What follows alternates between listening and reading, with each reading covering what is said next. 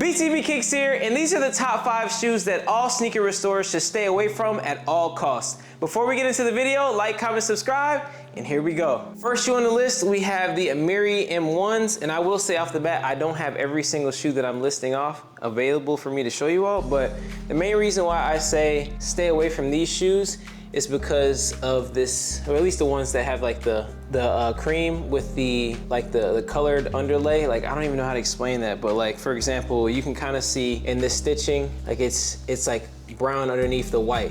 So the main reason why you want to stay away from these shoes, or at least be careful with them, is because if you get them soaking wet, I should say, the color will bleed onto the material and it won't be good overall. And this is just a difficult shoe to deal with. Most people don't know how to not soak shoes when they're cleaning their own shoes, or if you take them to somebody to restore, you definitely want to make sure they know what they're doing, because this is a very easy shoe to mess up. And with the price tag of over $1,000, yeah, I wouldn't want to be on the hook for that. So if you all ever get this shoe, definitely be careful, be cautious, and take your time with these. And if you're thinking about buying these, please don't, because it makes our job a lot harder.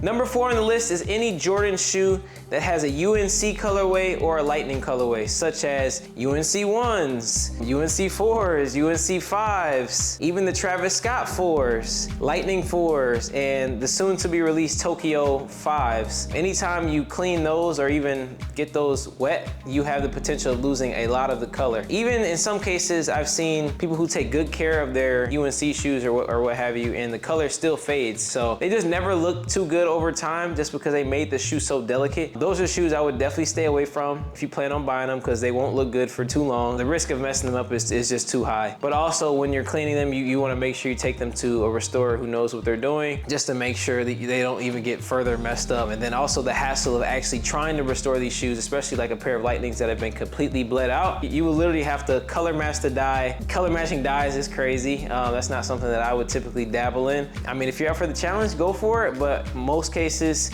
I'd say it's not even worth it. So definitely be wary with that shoe, and definitely do not buy that shoe. I would not recommend you all buy any of those shoes. Shoe number 3 on the list is the Dior B22s, the one with this black suede toe. The ones with the 3M toe, completely fine, just because those won't bleed or anything like that. But the ones with the black suede, you definitely want to be careful with, just because if you get that wet, it's literally going to bleed up onto that mesh and literally spread and make the shoe look terrible. I've seen it happen to other people's shoes before, and it's definitely something that can't really easily be fixed. So I would just recommend going with the pairs that have the 3M toe to minimize any type of dysfunction.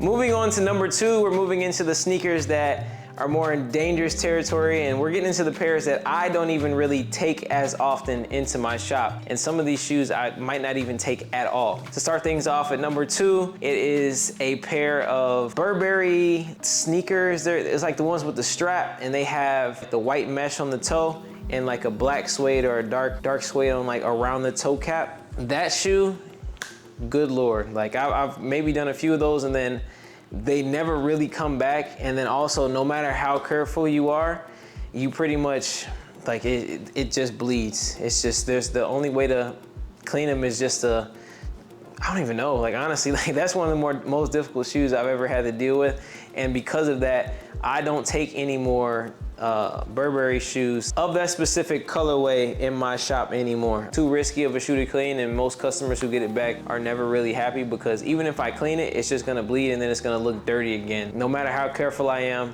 it's just not a shoe that you would even, or not, I would even want to mess with going forward. It's literally just because of the way they make the shoe. They just make them like that so you can spend that extra $1,000 to buy another pair. But before we get to our number 1 sneaker that I tell sneaker restorers to completely avoid at all costs, a shoe that I don't even take at all in my shop, I have an honorable mention, which happens to be the off-white Jordan 5 in the sail colorway. The biggest thing with this sneaker is the fact that it's light, so you can kind of see everything that gets trapped in it. It's not like the black off-white shoe. It's not like this one where basically it's like black, so if anything gets in it or if it gets dirty, nothing really affects the look of the shoe because it's already dark and black anyway. But imagine that white pair with the same material, and when stuff gets in that material, it does not come out. No matter whether you steam it out, try to clean it out, or even throw it in the wash, it is not coming out at all. Moving on to our very last sneaker on the list. Number 1, the Chanel sneakers. So the Chanel sneakers sneakers in particular, the ones that have the black leather inside, so like sock liner, behind the tongue, all that, like inside the shoe is like a black leather, and it has like a white suede top. Those shoes, oh my God, Chanel knew what they were doing. They knew what they were doing. Literally, if it starts to rain or anything, your shoes are done. It's done. So what happens is, since the interior of the shoe is a black leather, if you happen to get it wet, it will bleed the black dye from the leather inside the shoe up into the white suede and basically turn your white suede up top to black and looking crazy. So that's a shoe that I absolutely at all costs would stay away from. Like, if anybody brings those in,